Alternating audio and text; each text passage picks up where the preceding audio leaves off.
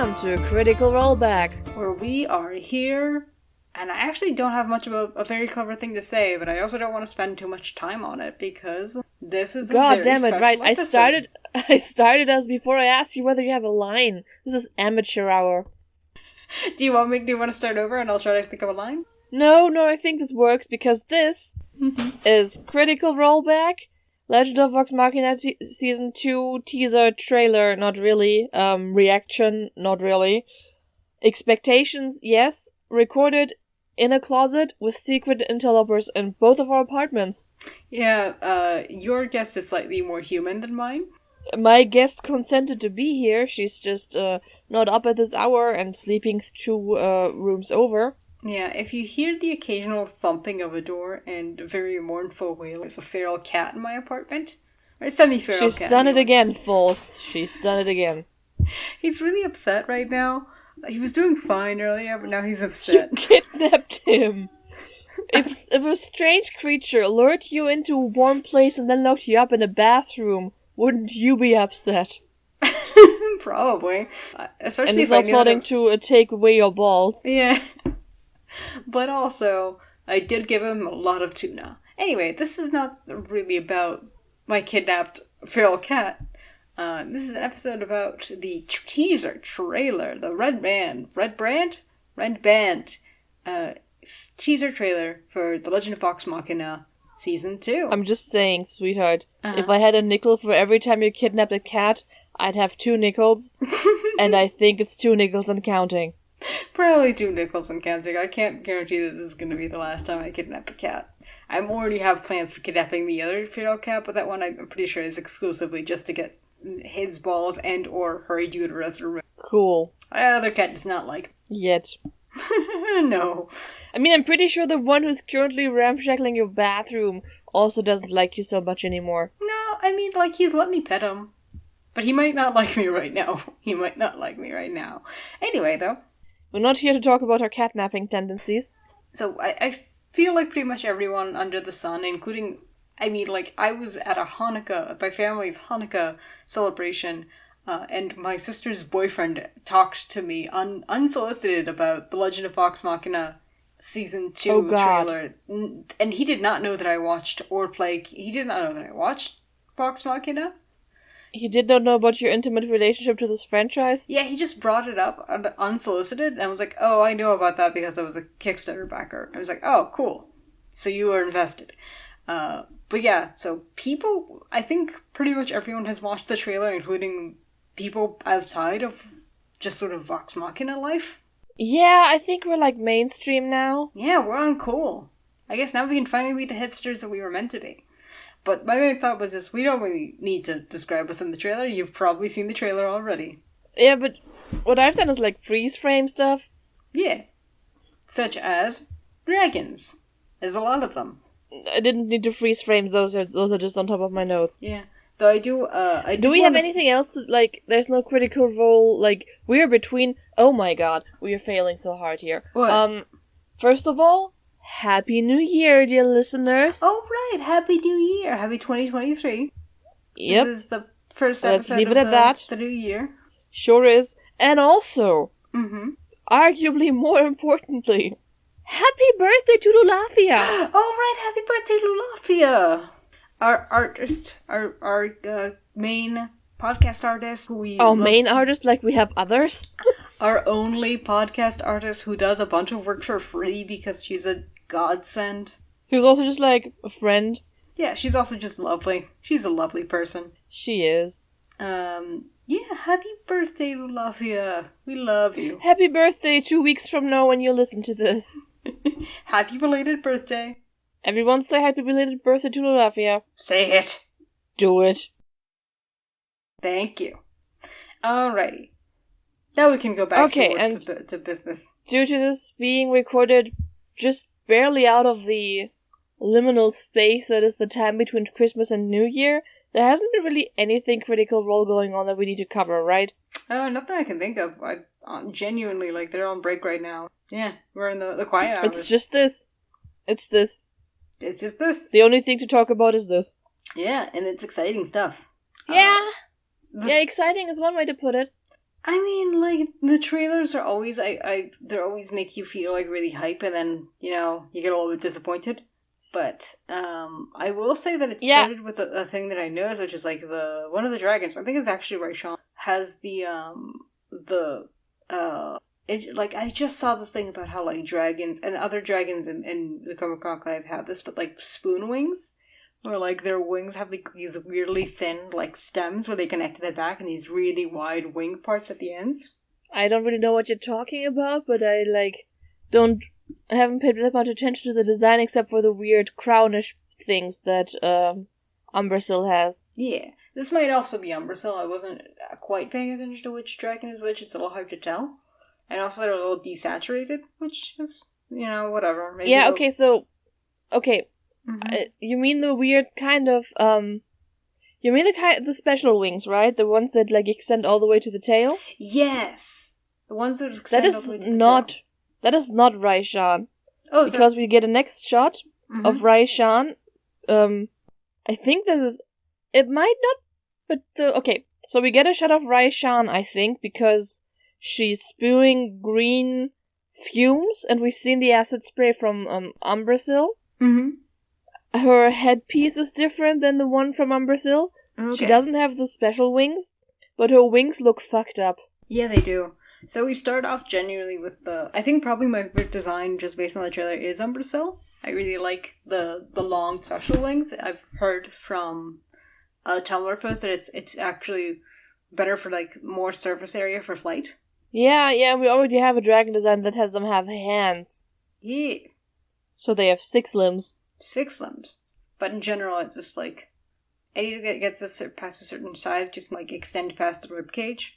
Just to, like, fly. So, I mean, as far as, like, dragons don't need to be realistic, but it is, like, a nice touch. I like it.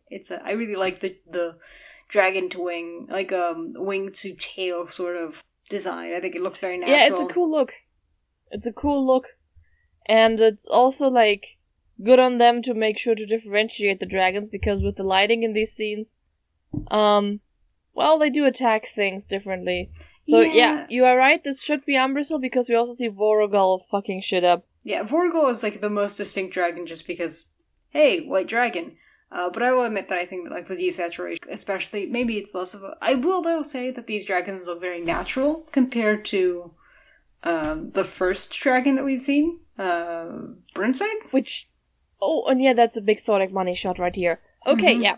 So, you're right, it's Umbrasyl. Mm-hmm. And honestly, it kind of makes sense for, Brimscythe to be the least natural looking dragon, because he has, like, lightning. Oh, that's true. So he's, like, the most high-tech of them. he's in a way. He's a high-tech, he's glossy. He's an artificial dragon. He's also the youngest, so, like... Yeah, we're doing this because of my passenger situation. We're doing this at a different time of day. That's okay. So... I'm actually awake for it this time. Usually when we change the recording... I am so proud of you. Thank you. I got up half an hour early to prepare the notes, and I was completely prepared to spend this half hour trying to call her to get her to wake up. But I was already awake, which is very rare for me. She was just there. Mm-hmm. It's progress. We're working on it. Anyway, though. I do actually really like these dragons. They look very glossy. They look very interesting. They've got, like, these cool little features. I actually do really like the crown. Yes. Like, they are still kind of they are still CG, surrounded by 2D animation, but I also feel like, at least in this trailer, which of course is where all the money went, they don't really they don't really stick out like a sore thumb like Brimscythe did, so that's, like, production value up. Yeah, and I think, like, we mentioned this in the Brimscythe situation, where, like, Brimscythe looks best in the middle of combat. Probably for the reason that all of the combat looks much better than the rest of the animation. Budget bumps, but also, I think in general, like, they know how to use their dragons best, because, like, they're putting these dragons in a situation where there's a lot of people, there's a lot of dust, there's a lot of destruction, so they just look better in, like, these more crowded shots. Yeah.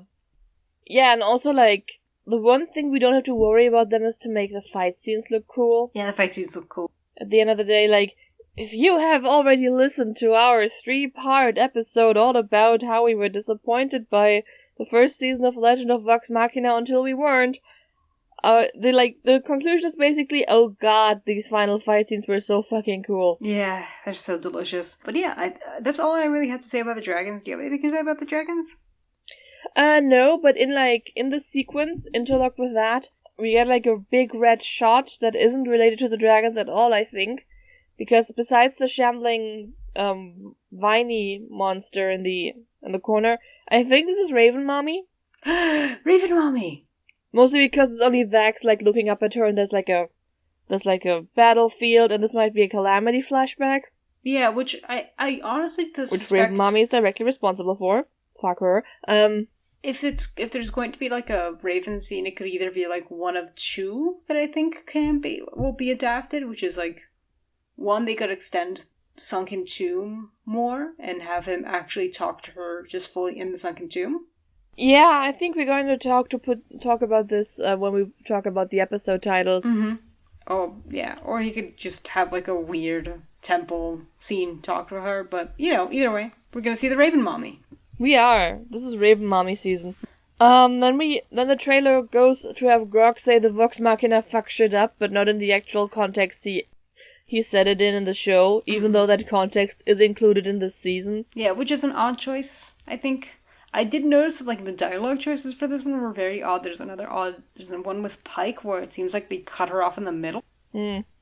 Yeah, Pike doesn't do shit in this trailer, which is due to her being not present for most of this. Yeah, though it does seem in the one clip that they released, it seems like she has a thing about hey Grog, shouldn't you be not using that vampire sword? Hey Grog, you know that crystal meth you've been getting on? Yes, that crystal meth. Say no to this. His sexy, sexy sword and the red dress. But yeah. It has a pretty red gem in the handle. Yeah. I will say as much as handle. The fuck shit up thing being out of I don't like it, but I do actually like the subversion of we're gonna fuck shit. Oh, just immediate that didn't work. Fucking shit up is not actually gonna work this time. Which is a direct adaptation of Travis trying to hit a dragon, going 22. Matt goes misses and then Yes. If I remember correctly, it was We're 19. Adapting shit. I think it was 19. Does 19 hit? And you're no. Right, 19 misses. 19 misses in the first fight scene they're adapting here, but I think a 21 or 22 misses when Voragal attacks the house. Yeah, I think so. Which is just wow. I'm genuinely very excited to see this. I think they're probably actually going to bring their A game for the Chroma The dragon in the end. Well, yeah, I think that it's just it looks really promising. I think it's going to be fun. They usually kind of excel in these things, and it seems like they're doing a 1-to-1 adaptation so far, so it tends to be where the episodes look best, so I expect the first couple episodes will be pretty good. Yeah, let's hope. Let's hope. Anyway, so after Grog fails epically at hitting a dragon, we get a rom-com music break. Yeah, I noticed that too. The rom-com music is so this wacky guy, and this summer. This summer. Welcome, prepare for the adventure. It was a weird choice. Keep talking, I'm going to do the background music. It doesn't really fit, because it's just it's so massacre. Jarring and weird. Everyone's but also dead. This summer. Can these two work out their differences? Which is funny because, to be fair, jumping ahead to say, and looking at the episode list, it seems like if this is a rom-com for anyone, it's going to be the Vex and Percy rom. Hopefully. Yes, hopefully. Hopefully. But yeah, the music does not fit. It doesn't fit, but also I kind of love the music. Yeah. I don't get much of the lyrics in this, and watch me be appalled that Scanlan actually sings the song and it is bad. Yeah. Which is totally going to happen. It is. But for the trailer, I really enjoy this music. It has very much the vibes of, there's two things I think of. One of them is the recut Harry Potter 6-movie trailer to make this into a rom-com, which, like, the movie was, more than anything else. Wait, you mean we had a plot we needed for the next book? Oh, nobody told us that actually things from this book are going to be better for the next one. That's not how these books work. Anyways, and also, there was another project. 2. There were 2 Game of Thrones related projects. One, of course, featuring, Jon and Dany. 3! I can think of 3 Game of Thrones related projects. One of them featuring Jon and Dany in season 7 with their bromance. The other one being the bad lip reading, super happy medieval fun time land. Yeah, I remember that one. I remember thinking that would actually be like so a really good movie. It's just... Yes! Yes, just get the cast together and do that. Yeah, it looks really fun. Instead of the Jon Snow show, it's going to be better. And the third one was someone actually did like a legit rom-com teaser trailer featuring like season 2 and 3 content of Sansa and Tyrion. Right. Wow. And they all sounded like this. They all sounded exactly like this. Yeah, it's his rom-com music. I also do think it's a little encouraging. Maybe they're not taking themselves so serious. The issue with the first season wasn't that they weren't taking themselves not seriously. The issue was that the places and times when they took themselves seriously and when they didn't were like all over the place. Had a tone problem. Yeah, and I don't expect that to looking at it is going to. Yeah, because the trailer also has tone problems. It kind of does. We go from, oh my god, dragons everywhere, to, this is a fun romp for the summer. Yeah, I agree. So, I don't expect this to have good tone, but I do think that it feels a little bit less like, this isn't a show for kids. This is an adult show. We only saw 2 melting corpses. And one vomit shot. Restraint. But also there's a scene I'm in even which surprised. Percy's pathetic and funny, which is the next talking point. It is. Like, Percy being, okay, first of all the new fans, all the ones thirsting for a stupid hairproof Percy, are going to be so disappointed by this season. He's pathetic. Probably. I love him so much. I want to put him in At least jar with he's some allowed to be pathetic sticks. now. Yes. There was a problem with the first season. He wasn't allowed to be pathetic between his baddest moments. Yeah, which is, half the fun of Percy, is that he swings so rapidly back and forth. He has built in patheticness with his gun fails and stuff. Yeah, not a single part gun of his failed mechanic. on him. Sometimes he'll, shoot a gun and then the whole barrel comes off and he'll have to make like a erectile dysfunction joke. And he's going to make funny noises while doing so. He is.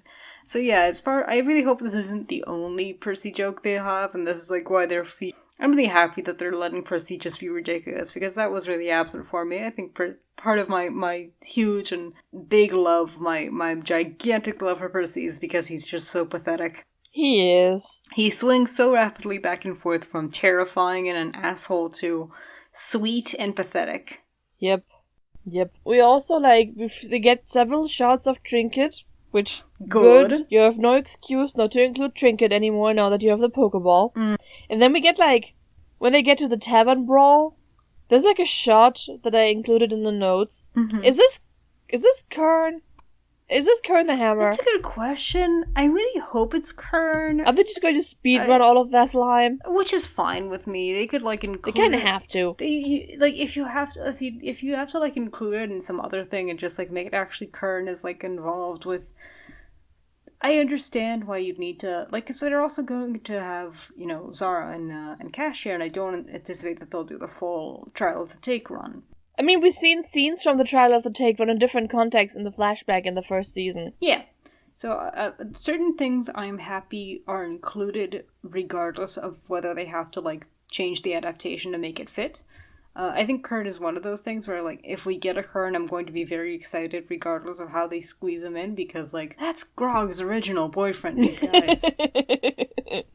God, it is. We've just come. The last thing we recorded was episode 23. They are boyfriends. They are such boyfriends. They've kissed on the mouth. Twice. On separate occasions. They've also touched each other's balls. Less tenderly than you would hope, but Also, you've sent this picture and it looks very much. I know that she's not, but it looks like Bo is behind. Yes! Potentially Kern. It is odd. Hi, Bo. And then there's a shot of Vex on a broom with Trinket next to her, yelling, "I hope you fall into lava, Assad," which might just be her killing a sexual predator on the air, live. Or maybe she's talking to Vax. It's hard to tell. Honestly, probably, but like in a lava environment with a broom and stuff, the vibes are there. It's like the troll dick vibes. Yeah. The subtext. The thing happening. The behind. subtext. The subtext. Yes.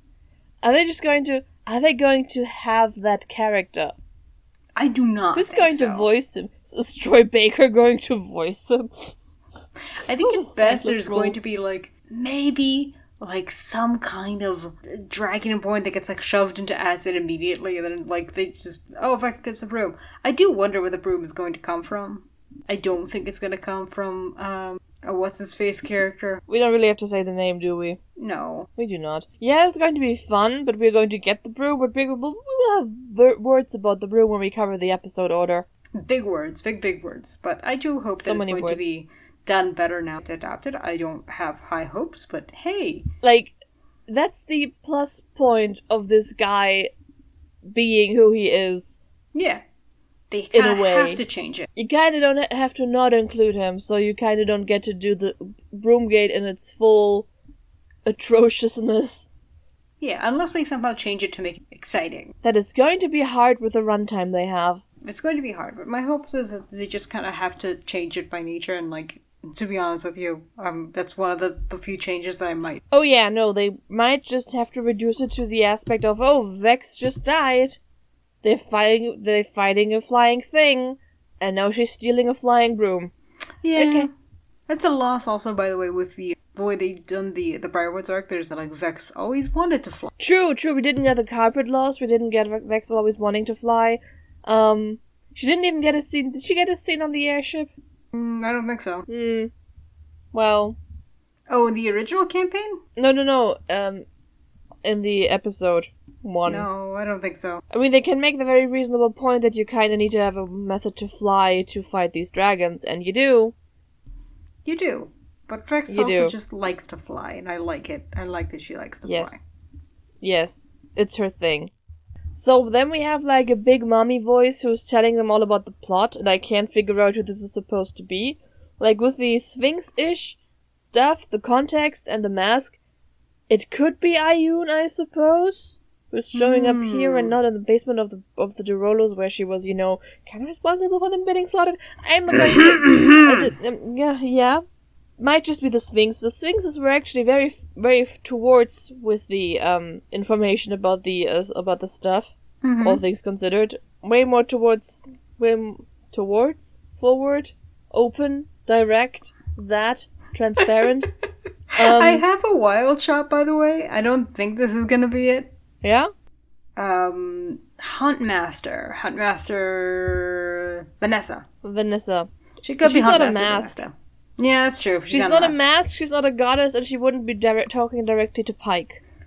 Yeah, that's true. So maybe Saren Ray is coming through here. Maybe it's just Ayun deciding to be normal for a change, which, like, propaganda, Matthew, I see you, but whatever. We need to get the plot information. Yeah, and plot information has to come somewhere, so this is it. Followed by beard check. Beard check. Grog gets his beard. It looks worse than it does on his pictures, but maybe he just needs to know how to artistically trim it. I don't know. Like, the cartoonish style is so much less sexy than the Kid Buzz art style. Yeah, which is a little bit more sharp, I think. Yes, a lot more sharp. And Grog looks a lot more, like, actually menacing instead of, like, big and cuddly. Yeah, which is... I have mixed feelings about... I'm not into the God of War look or anything. Me neither. But Grog's beard profile pic is just big sexy.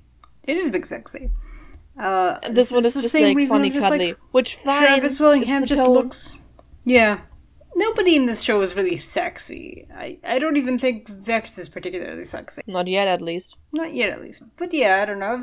I've seen some spicy art come from this, and they did nothing for me.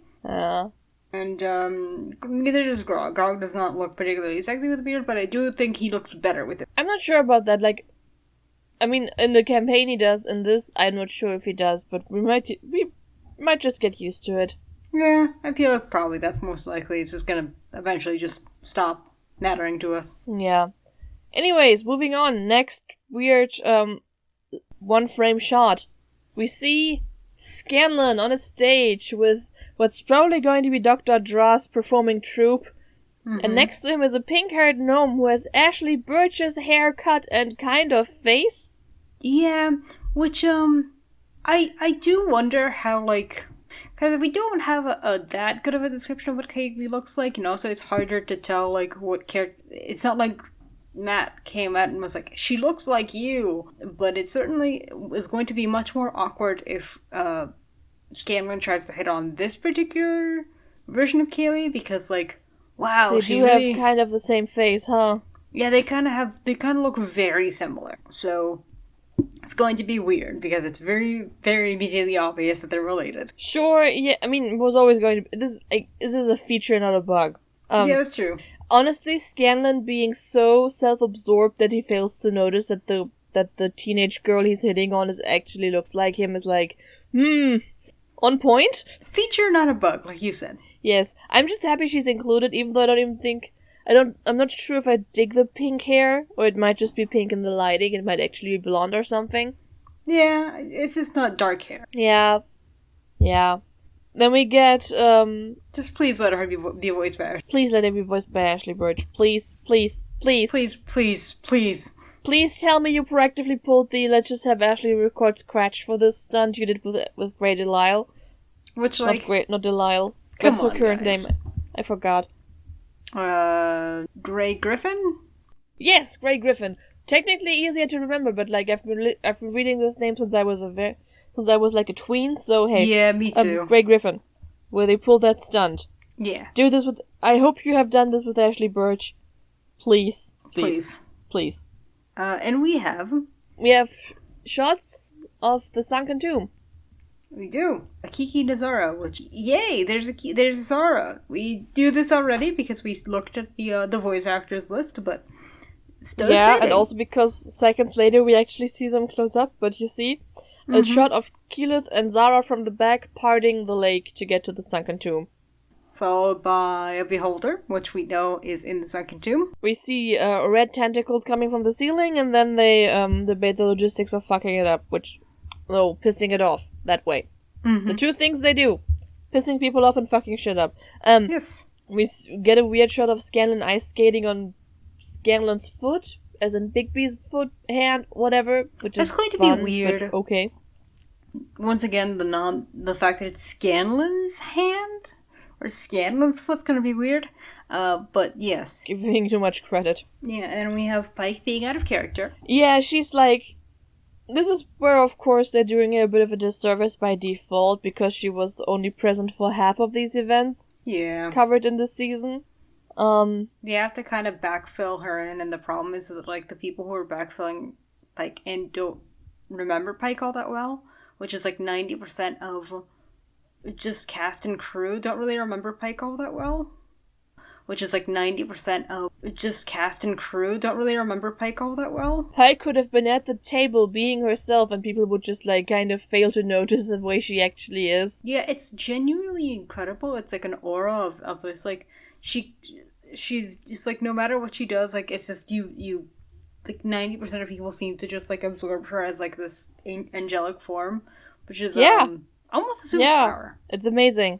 We then get like a close-up of Zara and Cash looking very unimpressed by having to save the world. Well, Zara looks unimpressed. Cash looks kind of like he's completely zoned out. And the edible is just hit. I did have a question for you. Oh yeah, Cash does not look good. I agree. I've seen some mixed people. Some people think that he's sexy. Some people think that he's not. I do not think that Cash looks sexy. I think he looks like a weird brick. He looks like a weird brick on the drugs. He looks off-model. But, I was going to say, do you think that for time and the fact that they can't really develop this relationship, do you think they'll just start with Cash and Zara being together? That would, of course... You think they'll cut the kiss? Okay, I mean, they already cut the kiss. The kiss doesn't work the way it does if you do it now. Yeah. And, this kind of cuts out the whole... It was never a love triangle. They were love triangle curious for an episode or two, but no. Yeah. It would be it is...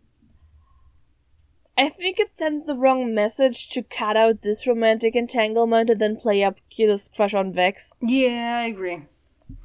I have a lot of feelings about... Commit to the messiness here, please. Commit. But, again, you kind of need to have the kiss happen the way it does with him just walking off into the sunset and stuff, and then coming back later for the awkwardness. Yeah. So unless, this happens at the end... Given where all this is going... Yeah, unless he, grabs her for a kiss at the end of the sunken tomb, which is going to be weird, because someone just died. Oh, yeah. If anything, she could kiss him. Mm-hmm. But even if she does that, it would still be about Vex, whom she just brought back from the dead. Weird stuff. God, I'm excited to see how this works out. Poorly, probably. But we then encounter our favorite minor characters.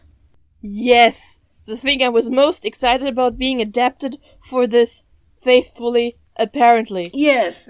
It's the toothpicks. It's the toothpick barricades. I love the toothpick barricades. They're so cute. They look almost exactly like Matt made them with the little toothpicks. They're adorable. Yeah! It looks a little more indoors like I figured it being, but hey, then I figured it being. But it's toothpicks! Yeah, I figured they probably just did it slightly more indoors to, save on having to, animate that much. Maybe. Yeah. And they were, moving on rooftops. I think, originally they were just more moving on, shacks as opposed to the sort of, Coliseum-esque. Technically we only see, the buildings here. Mm-hmm. I actually wonder if this... So this might be outdoors and just at night? This kind of looks like it might be a temple. It looks like a coliseum. It does look like a coliseum, but I'm looking at the floors. It seems kind of paved. Maybe this is mosaic. It could be a town square. I mean, it was canonically in the city center or something. Maybe Westruun had a fancy city center. This doesn't seem right, but also I don't know enough about Westruun to disprove that. Yeah. Mm-hmm. Anyway, Killbox, toothpicks. We stand. Next we have... This is followed up in the trailer by the shot of Keyleth tripping balls while Trinket is talking to her. Which, I don't remember that happening in canon, but fine. From what I gather from the background, this is also during her, Fire Ashari trial, which they also have to speedrun. Yeah. It's either the Fire Ashari speedrun or the Feywild. But when do they even get high in the... They don't. With the Fire Ashari, you have the context of the Earth Ashari being into hookah or whatever. Which, uncomfortable as all hell. But, just the implications of that we kind of... Did we talk about this in episode 22? I think we did, yes. So, look out for that next month or so. But, she does have a bit of a spiritual native people thing going on with the Ashari where they do consume the drugs. So this is where I would put this based on that. I don't hope that's it, but I think this is where it makes sense given the motive of the original. I agree. Also because lava background. Yeah, lava background. You're right about the lava background. I forgot about that. Yeah. Which is interesting because there's not that much looking at the episode, it seems like there's probably going to be a Feywild arc in this, but there's not that much Feywild scenes, which makes me a bit nervous. There is no Feywild scene in this entire trailer. Makes me anxious. This originally had us excited that they are not doing the Feywild yet. So and we saw the episode arc, the episode list. Yep. Anyway, which we're getting to. Pokeball. What we do see is Grok getting Pokeballs from the sky, which is just love that shit. Love that stuff. Wonderful. Perfect. Amazing. No notes. Percy has a weird little animated movie line. Well, this is happening. Trailer quip.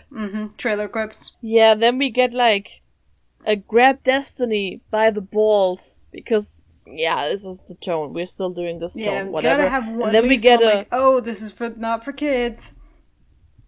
Yep. And we see Grok getting bitten in the balls by a wolf. And is it just me, or is that bit, like, weirdly, amazingly animated? No, I agree. It is, like, it looks very smooth. It's a oddly, like, very well animated, like, wolf grab at the balls. Which makes me wonder if, like... Yeah, the way Grog wiggles and the gnomes pull at him, it's like, is this where the money goes? Why is the money going here? I have, like, two theories about this. One is the one that I'm hoping for. Two is the one that's more likely. One, last season was a big success, and it was. We know that it was not a smash success, but it was a crossover hit. Many people watched it. It's possible that they just generally got a higher budget for this one. I mean, they did get a third season. Yeah, it's also possible that they had more time to work on this season as opposed to season 1. I don't think that. This season had, like, a suspiciously quick turnover. Number 2, which is the one that's most likely, is that this is part of an action scene. Just a larger action scene. Yeah. Because you know that the action scenes tend to have, like, really, really good animation, and, like, this animation is, like you said, like, oddly Ghibli-esque almost. It's like very detailed. Yeah, this is polished for reasons, apparently. Yeah, and it doesn't seem like the rest of the trailer is that polished. Yeah, we get another shot of Trinket being pokeballed, and then there's a shot of Vex flying on a broom to flee from a dragon, which, given, like, the, deep analysis of dragons we did, and also the next shot of corpses dissolving in acid and stuff, she's fleeing from Umbrasyl. This is from one of the last episodes. Yeah, I agree. This looks like Umbrasyl to me. I don't think they'll be fighting Raishan in this one. It might be a scene from the Chroma Conclave, but why would she have a broom then? Unless she gets it in the Chroma Conclave attack? Interesting point. Yeah, I don't think so. She could just loot a broom from somewhere, I suppose. Yeah, Occam's razor, I think it's probably Umbrasyl, but, Yeah. No, it is Umbrasyl. This is the dragon design Umbrasyl. But, like, Umbrasyl would also be there for the initial attack, right? Yeah, sure. But yeah, Occam's razor, I think this is probably just later. It's just one of the last scenes, as opposed to her acquiring the broom through the Chroma Conclave. But, like, yeah. I could be wrong. We'll see. We then get the, adjusted and way less good plan of Vex and Scanlan getting into the dragon by, way of... Do you call this an enema? I mean, like, I have to look this up. We don't know that it's for the asshole. It could be that they are just implying it in the trailer, and it could also be a wound, like in the original. The original, they teleported in. Yeah, they teleported in, you're right. This is another thing that happened. They combined two things. In the original, they teleported into the sort of the esophagus, if I recall, and then later on they fingered a wound open. And this one they sort of combined it to Vax and Scanlan sort of using the baby's hand to just fist into the dragon's asshole, like a black vulture entering the carcass of an elephant. Yes. I can't say I'm a fan of it. I like tiny Vax, but like I understand that you need to cut certain things. Yeah, if I say suppository, would you know what I mean? Yes. Really? Yes. So the tiny medicinal bullet you shove up children's asses. Yeah. Yeah, that's what, like, that's the entry style they imply here. Like, you see the hand even doing, like, the fingering gesture, which is not how you get the rest of that in there, and I don't think how you work up to... Maybe it is how you work up to fisting. Anyways... I was always told the working up to fisting... Not that I was told this a lot, but, like, the working up to fisting is, like, kind of like an Italian hand gesture. Like, like, you know what I mean? Yeah. Anyway. I mean... we get a... Not what this is about, but it's of course, like, it fits with a juvenile tone. Yes. We get a barmaid dissolved by acid. We have a corpse. My next note is stupid. Pike was actually... Like, what I wrote is... okay. So Pike in this trailer seems to protest the, enter the dragon plan. Yeah, but, like... If she had been there, and she was not. No, I'm pretty sure she was there. She was there? This was during the Westruun stuff. She was there for the Westruun stuff. Oh, I forgot that. You're right. Like, I can't Yeah, no, she was there. She was present. Wait, was she there for episode 57? I have to check. Did she do anything for that? God, because I know she was supposed to depart after episode 58, and then was a surprise guest for 59 because shooting got delayed or something. Mm-hmm. Which is very funny, because they say goodbye to her, then she just shows up again, which happens multiple times. Yeah, but she was present for the episodes before that. Yes. So she would have been present for this, and I'm pretty sure she didn't have any, and I'm pretty sure she was there, and I'm pretty sure she didn't voice any objections. Yeah, but also, like, it's not like Vex and Scanlan spent a particularly long time discussing this with the rest of the party. They did spend part of a planning episode planning this. Yeah, but not necessarily with everyone. True. The main plan was more so, hey, let's put this sort of exploding barrel and cover it with treasure, so then when the dragon comes to take everything, it'll explode. And then, like, the entire group died. They were sent with a bunch of other soldiers who all died. Anyway, that's not important. We'll talk about that when we actually get to it. But... Oh, yeah. Yeah, it was a whole mess. We close with Grog carrying Scanlan to his bosom instead of talking to Pike about his sword lover. Yeah, but Pike is in the background like, maybe you don't want to do the crystal meth. Mm-hmm. And which might just be her role for the rest of the season. Yeah. For every episode she wasn't present for. Yeah, she's the requisite, like, anti-drug PSA. I also wonder, like, how they're going to fit sort of the Scanlan leaving arc with how, like, the tone of the series. But I guess that's a problem for season 3. If you got if you got seasons, yes, exactly. If you got 3 seasons, no reason for a Scanlan leaving arc. That's true. If you got 4 seasons, like, you kind of need to know whether you get a 4th season for the Raishan fight. Yeah. And, like, with the ground they cover in this season, they do have time for Vorogal, Thordek, Raishan. Mm-hmm. Not a lot, but some. But some. They could do it. But, I mean, you could also just, like, end the season after the Raishan fight with 2 people dead, and it's like a cliffhanger, and then you can figure out whether you get another one or not. That's true. Which I imagine they'll probably know after this. Like, they might. I'm pretty sure they know that they'll. Well, at least who knows? Like, I want to say that they would make this season before they at least have like an inclination that they're going to get a season 3. But with the state of TV currently, they might just not know anything, and that seems like the most likely. I mean, does anything even get more than 3 seasons anymore? It's a good point. Which I guess like brings us to the episode list, because I guess like I have mixed feelings about the order, because it seems like they're putting the Feywild arc earlier.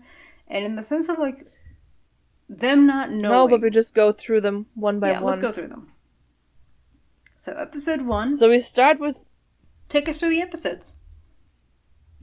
Well, we start with the Rise of the Chroma Conclave, which, yeah, it's probably just going to be the city going to shit. Mm-hmm.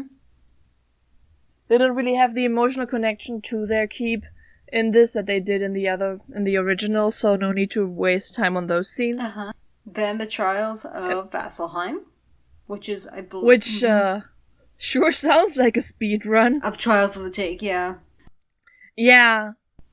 I mean, they might just have to do a thing with Zara and Cash to get the trust of the Take to help them with stuff and tell them about... Yeah, you're right, they have the Sphinx in the basement to tell them about the things.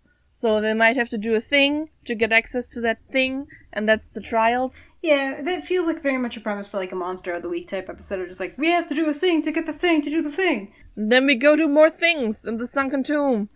Which is a direct episode. Just, hey, that's the title. Wow. Yeah, that's the title. It's like something we're going to continue for all but one? Yes. All but one. Those Who Walk Away, which is that, I think it's also a direct title.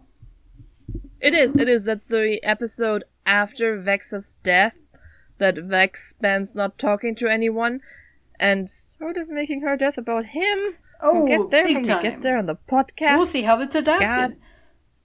And then Pass Through Fire, which is a direct-ish title, but not for this arc.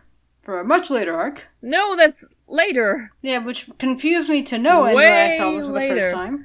But considering how Rothfuss isn't on the list of guests, it makes sense that they don't really have the room to adapt that. Unless surprise guest. Yeah, unless they're keeping that for a surprise, that's true. Which they might, but why here? He's in Westruun? Why here? So my thought is that this is just where they where they speedrun the Fire Ashari. It makes sense. Which we have seen scenes of. Though it does make me, and like maybe like a Fire Ashari person is like, you have passed through fire, and then like that's where ding.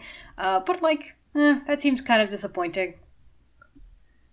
No, I think nobody's going to say that. It's just they literally going to pass through fire. One wonders how, why, what, huh? Now that the Fire Ashari are literally on fire after Thordak threw a hole through all of them, but hey.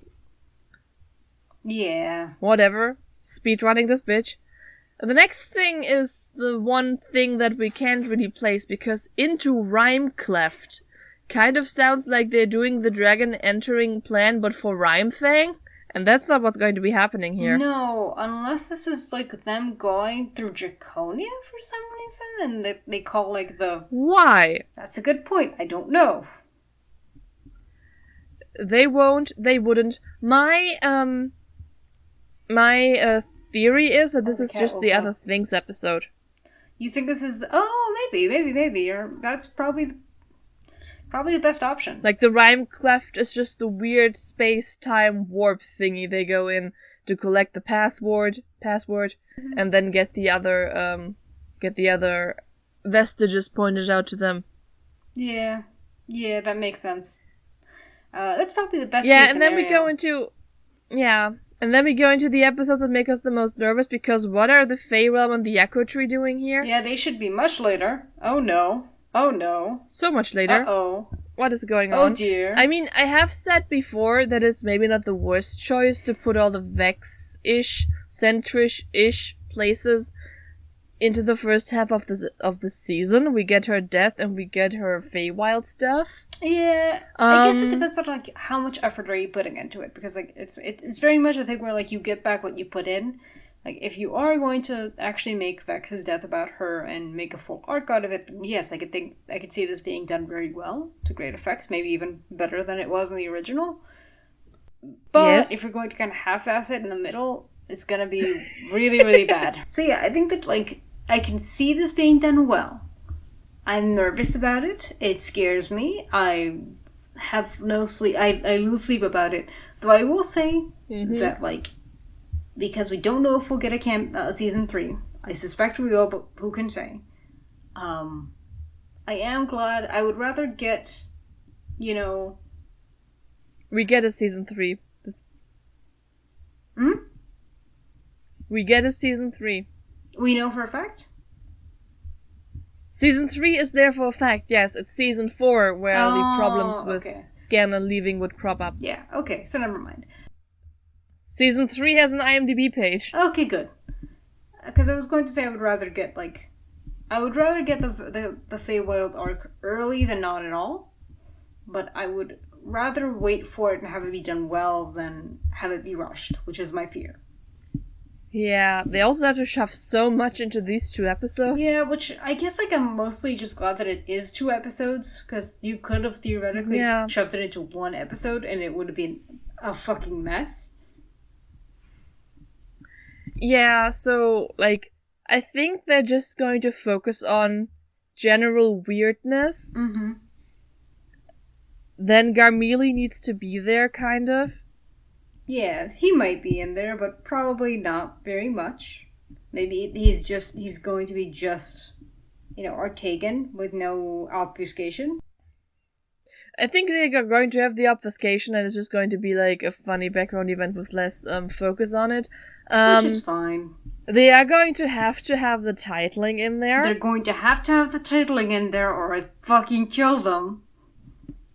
However, what I'm worried about is that this comes, like, without between Percy triggering the trap that killed Vex and Percy giving Vex the title, there was like this entire awkward dance around stuff for the entire Westrun arc, and also the broom. We're going to miss out on all of the broom tinkering. Yeah. And the kind of obsession that became for him and stuff, which is this it's slow burn. Yeah, anyways. So yes, we can have a slow burn in a 13-episode piece.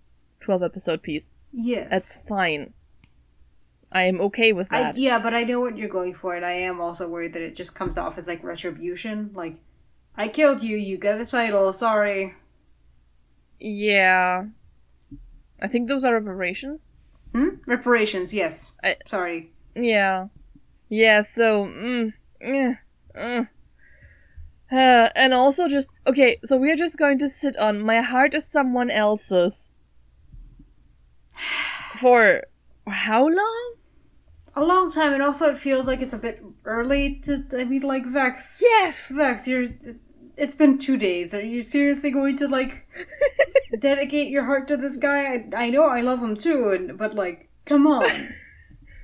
We're also just, like, very few episodes removed from him being possessed by a demon and pointing a gun at you. Which is fine, it's sexy, but, like, is it, like, you know...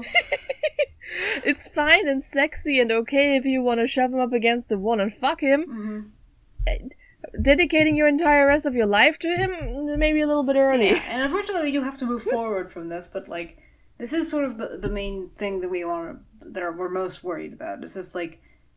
And ultimately, this is just adaptational choices. It's just, like...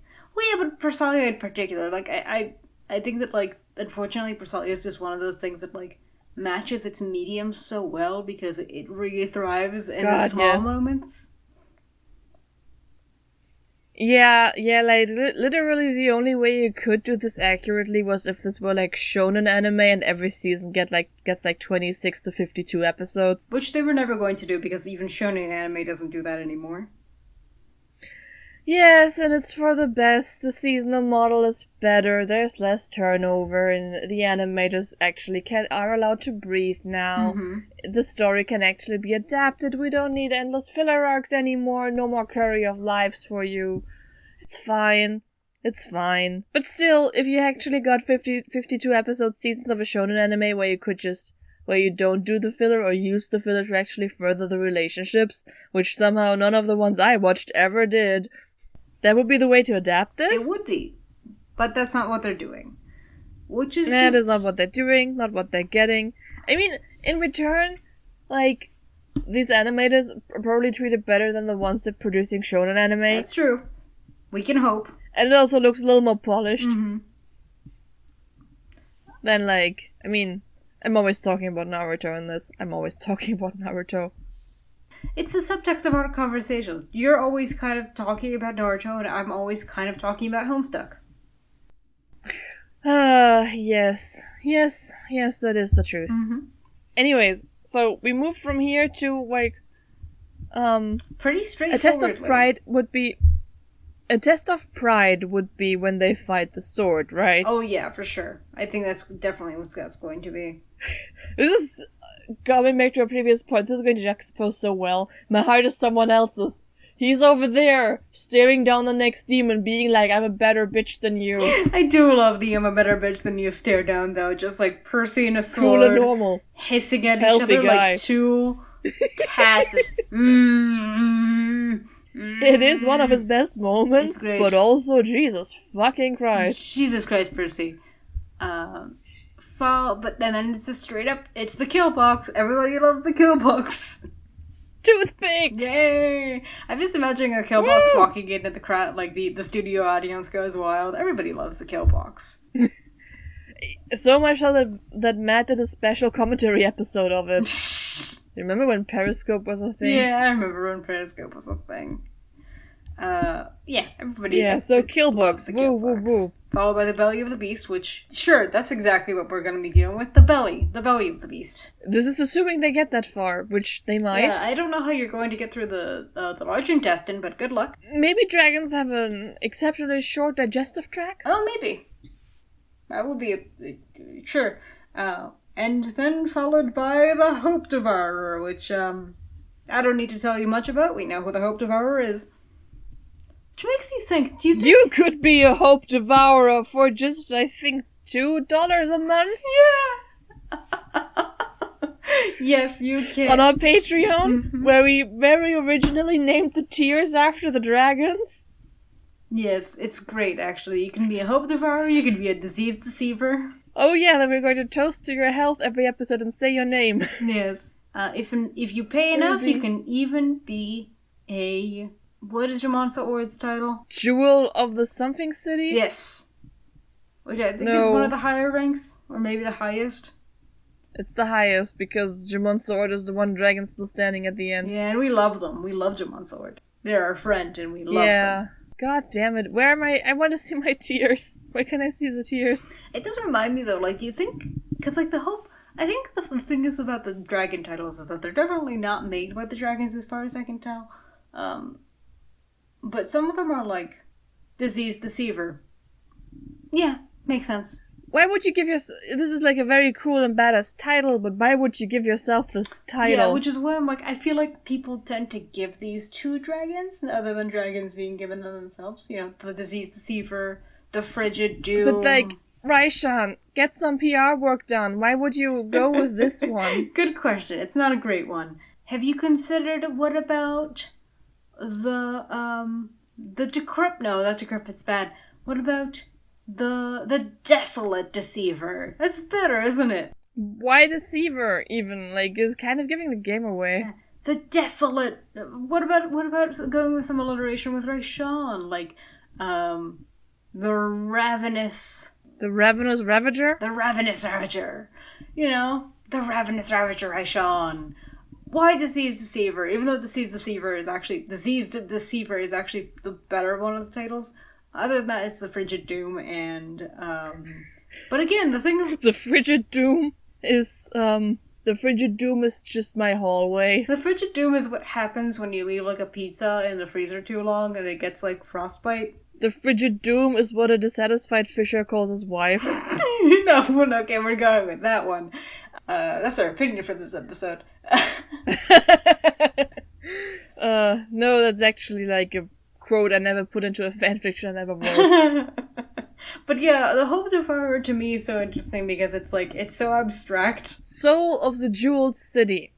That's you. Jamon Sword. That's a good one. But yeah, the Hope Devourer is so abstract, which is why I love it, because it's like, either he came up with it himself, or people came up with it for him.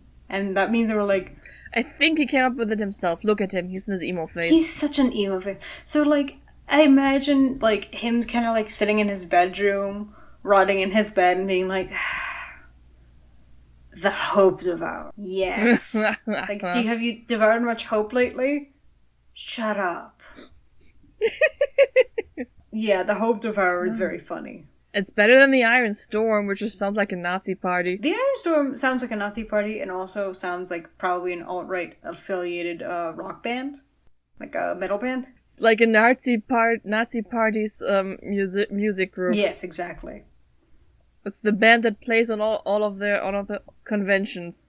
But yeah, I'm pretty sure that's all the opinions we had about the trailer and the episode. Unless, of course, you back us up at the $1 tier, then you will be called our Iron Storm. Fuck. But we will not assume you have these affiliations. Oh fuck! We're actually pretty sure it's the opposite. Yes, prove us wrong. Would you like to spell our affiliation of the Iron Storm with Nazi parties? Why don't you put your money towards a good cause? The good cause being us? Yes. Well, the good cause being us no longer associating that with Nazi parties, but rather associated with our good friends who are our patrons. Yeah. Listen to what the nice Jewish woman has to say. Ignore the German woman in the corner. You're Catholic. It's fine. The Nazis didn't like you either.